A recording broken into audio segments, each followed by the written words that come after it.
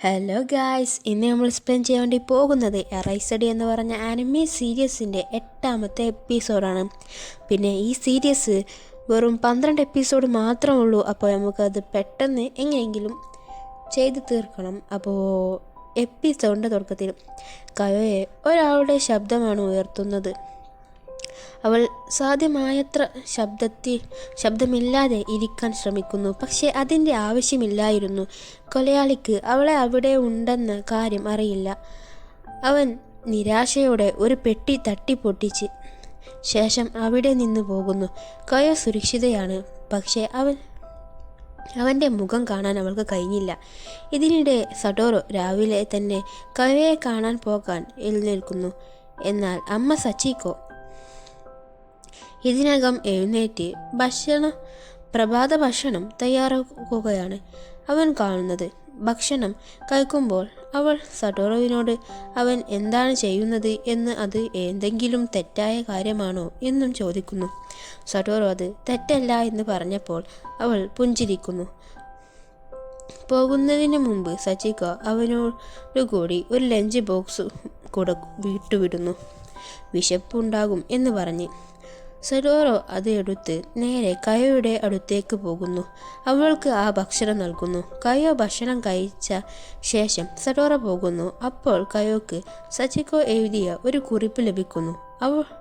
അവളുടെ മകൻ എന്താണ് ചെയ്യുന്നതെന്ന് അവൾക്കറിയണം എന്ന്, അവൾ അതിനെ പിന്തുണയ്ക്കുന്നു എന്നും ആ കുറിപ്പിൽ പറയുന്നു. അതേസമയം സ്കൂളിൽ കയോ വരാത്തത് കുട്ടികൾക്ക് ആശങ്കപ്പെടുന്നു. പക്ഷേ യാഷിറോ സെൻസൈ അവരെ വിഷമിക്കേണ്ടെന്ന് പറയുന്നു. പിന്നീട് യാഷിറോ സടോറോവിനോടും കയോനെ കുറിച്ച് എന്തെങ്കിലും അറിയാമോ എന്ന് ചോദിക്കുന്നു.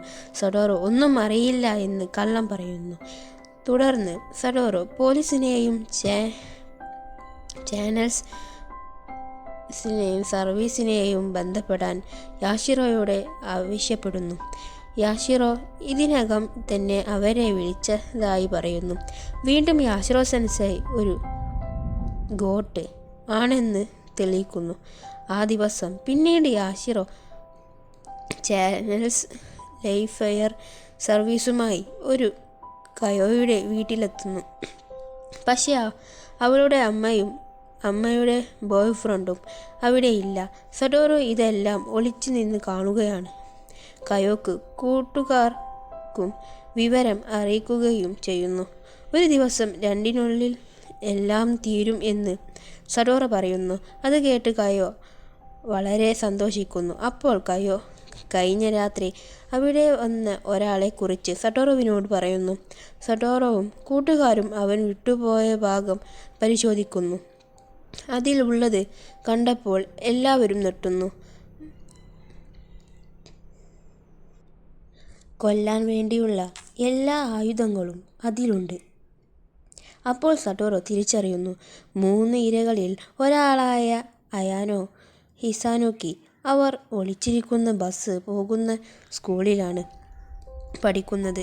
എല്ലാം പതുക്കെ വ്യക്തമായി തുടങ്ങുന്നു. ഇനി കയോയെ അവിടെ തുടരാൻ പറ്റില്ല, കുട്ടികൾ മനസ്സിലാക്കുന്നു.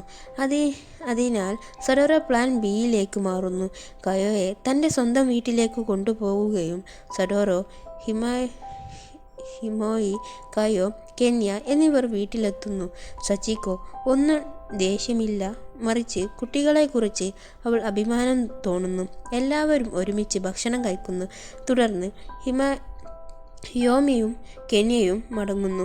ശേഷം സച്ചിക്കോ യാഷിറോ സെൻസെയെ വിളിച്ച് എല്ലാം വിശദീകരിക്കുന്നു. അവൻ ആശ്വാസം പ്രകടിപ്പിച്ച് ഒരു സഹായം ചോദിക്കുന്നു. നാളെ വൈകിട്ട് 7 മണിക്ക് കയോയുടെ വീടിന് പുറത്ത് കുട്ടികളുമായി കൂടി വരാൻ. അതിനുശേഷം യാഷിറോ ചാനൽ വെൽഫെയർ സർവീസിനെയും വീണ്ടും വിളിക്കുന്നു. കയോയെ ഫുജിനുമ വീട്ടിൽ താമസിക്കുന്നു. അവൾ സച്ചിക്കോടൊപ്പം കുളിക്കുന്നു. അതെല്ലാം അവൾ വളരെ ആസ്വദിക്കുന്നു. ഉറങ്ങാൻ തയ്യാറാകുമ്പോൾ കയോക്കായി ഉറക്കവസ്ത്രം സച്ചിക്കോ ഇതിനകം ഒരുക്കിയിട്ടുണ്ടായിരുന്നു. സടോറോ കാണുന്നു. ഈ സ്ത്രീ ഒരു ജിനിയാസയാണ്. കയോ സ്വന്തം അമ്മയോടൊപ്പം ഉണ്ടായിരുന്ന കാലത്തേക്കാൾ കൂടുതൽ വീട്ടിൽ നിന്ന് പോലെ അനുഭവിച്ച് അവിടെ ഉറങ്ങുന്നു. അടുത്ത ദിവസം രാവിലെ സച്ചിക്കോ പ്രഭാത ഭക്ഷണം തയ്യാറാക്കുന്നതോടെ കയോയും സട്ടോറോവും എഴുന്നേൽക്കുന്നു. സ്നേഹത്തോടെ പ്രഭാത ഭക്ഷണം കയോ ഓർക്കുന്നു. അവൾ പൊട്ടിയെറിയുന്നു. സച്ചിക്കോ അവളെ ആശ്വസിപ്പിക്കുന്നു. പിന്നെ എല്ലാവരും ഒരുമിച്ച് ഭക്ഷണം കഴിക്കുന്നു. അതേസമയം കയോയെ കാണാതായിരുന്ന കുറിച്ച് അമ്മ ആമി പൂർണ്ണമായും തളർന്നിരിക്കുകയാണ്. അപ്പോൾ ഡോർബെൽ അടിക്കുന്നു.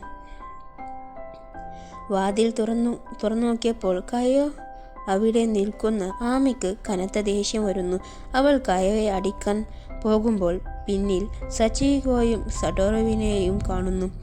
ഇപ്പോൾ ആമി വൻ ദേഷ്യത്തിലാണ്. അങ്ങനെ ഈ എപ്പിസോഡ് ഇവിടെ അവസാനിച്ചിരിക്കുകയാണ്. അപ്പോൾ അടുത്ത എപ്പിസോഡ് വേഗം വിടാൻ ഞാൻ ശ്രമിക്കാം. അപ്പോൾ അത്രയ്ക്കേ ഉള്ളൂ. ബൈ.